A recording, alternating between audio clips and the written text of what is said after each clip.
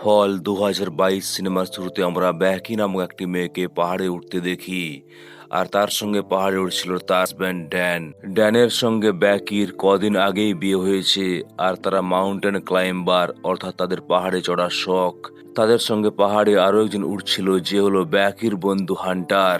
Dan অকস্মাৎ পাহাড়ের গায়ে একটা গর্ত দেখতে পায়, আর সে গর্তে হাত প্রবেশ করায়। হাত প্রবেশ করতে একটা পাখি উড়ে চলে যায়। আর এতে ড্যানের মনোযোগে বিঘ্ন ঘটে, সে পাহাড়ের উপর থেকে নিচে ঝুলে পড়ে। ড্যান পাহাড়ের উপর থেকে নিচে পড়ে যায়নি, তার কারণ তার দেহটি যে দড়ি দিয়ে বাঁধা ছিল, সেই দড়িটি উপরে একটি ক্লিফে আটকানো ছিল পাহাড়ের উপরে। ব্যাকি এবং হান্টার ড্যানকে বাঁচানোর চেষ্টা করে, কিন্তু একটু পরে দেখা যায় ড্যানের দড়ি ছিঁড়ে যায় আর ড্যান উপর থেকে পড়ে মারা যায়। এর ৫১ সপ্তাহ পরের ঘটনা দেখানো হয়, যেখানে আমরা ব্যাকিকে দেখতে পাই যে নিজেকে মদের নেশায় একেবারে ডুবিয়ে রেখেছিল। তার কারণ সে ড্যানকে ভীষণ ভালোবাসতো, আর ড্যানকে হারিয়ে সে ভীষণ কষ্ট পাচ্ছিল, এমনকি সে ড্যানের অস্থিভস্য বিসর্জন দেয়নি। পরের দৃশ্যে দেখা যায় ব্যাকির বাড়িতে তার বান্ধবী হান্টার আসে, যে তাদের সঙ্গে আগেও মাউন্টেন ক্লাইম্বিং করেছে। হান্টার তার মোবাইলে টিভি টাওয়ারের একটি ছবি ব্যাকিকে দেখায়, আর বলে যে তারা দুজনে আবার ওই টিভি টাওয়ারে উঠতে চায়। ব্যাকি তো সাফ সাফ মানা করে দেয়। শুনশান জায়গায় অবস্থিত এই টিভি টাওয়ারের উচ্চতা ছিল ২০০০ ফুট। এর আগে ব্যাকি এবং হান্টার এত উচ্চতা কখনো ওঠেনি। হান্টার যখন ব্যাকিকে বলে যে তুমি ওই টিভি টাওয়ারের উপরে উঠে তোমার হাজব্যান্ডের অস্থিভস্য উড়িয়ে দেবে, সে ব্যাকিকে বলে যে এতে তোমার হাজব্যান্ড ড্যানের আত্মা শান্তি পাবে। তখন ব্যাকি হান্টারের কথা রাজি হয়ে যায়। ব্যাকি এবং হান্টার একটি গাড়িতে করে ওই টিভি টাওয়ারের দিকে রওনা দেয়। যাওয়ার পথে তারা দুজনে সেলফি তোলে, ভিডিও করে, আর হান্টার তার ইনস্টাগ্রাম অ্যাকাউন্টে সেই সব ফটো এবং ভিডিও আপলোড করতে থাকে। এক সময় তারা ওই টিভি টাওয়ারের কাছে পৌঁছে যায়। এরপর ব্যাকি এবং হান্টার সিঁড়ি বেয়ে উপরে উঠতে থাকে। হান্টার আগে যায় এবং ব্যাকি তার পেছনে পেছনে উপরে উঠতে থাকে।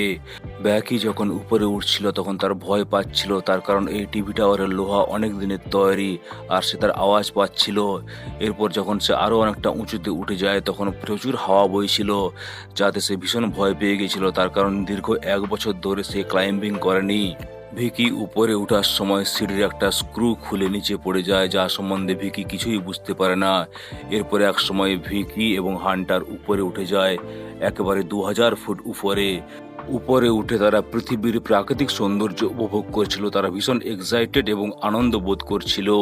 এরপর দেখা যায় হান্টার এবং ভিকি দুজনে মোবাইলে ফটো তোলে। তাছাড়াও হান্টার তার সঙ্গে যে ড্রোন ক্যামেরা নিয়ে এসেছিল তার সাহায্যে তারা ভিডিও বানায় এবং সেটা ইনস্টাগ্রামে আপলোড করে। এরপর হান্টারকে দেখা যায় ওই টাওয়ার থেকে ঝুলে পড়তে, আর সে ভিকিকে বলে তার ফটো তুলতে। তারপর হান্টার ভিকিকে বলে ওই টাওয়ার থেকে ঝুলে পড়তে। হান্টার তার ফটো তুলে, তারা ভীষণ খুশি হয়। পরের দৃশ্যে দেখা যায় ব্যাকি ড্যানের অস্থিভস্য ২০০০ ফুট উপর থেকে নিচে ফেলে দেয়। এতে সে এইভাবে সান্ত্বনা পায় যে ড্যানের আত্মা শান্তি পাবে। এরপর ব্যাকি এবং হান্টার নিচে নামার জন্য প্রস্তুত হয়। সর্বপ্রথমে ব্যাকি নিচে নামার চেষ্টা করে, কিন্তু যেখান থেকে স্ক্রু খুলে গিয়েছিল সেখান থেকে সিঁড়িটা ভেঙে পড়ে। তার ফলে ব্যাকি নিচে পড়তে থাকে। ব্যাকির দেহটি শক্ত দড়ি দিয়ে বাঁধা থাকায় সে টাওয়ার থেকে ঝুলতে থাকে। এরপর হান্টার তাকে উপরে উঠিয়ে নিয়ে আসে। ব্যাকির যে ব্যাগে খাদ্য এবং পানীয় ছিল সেই ব্যাগটিও নিচে পড়ে যায় এবং ডিশে আটকে যায়। আর তারা এখন দুজনে ২০০০ ফুট উপরে, যেখান থেকে বহুদূর পর্যন্ত কোনো লোকজন ছিল না।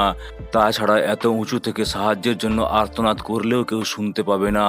ব্যাকি এবং হান্টার এখন ২০০০ ফুট উচ্চতায় অসহায় অবস্থায় ফেঁসে যায়।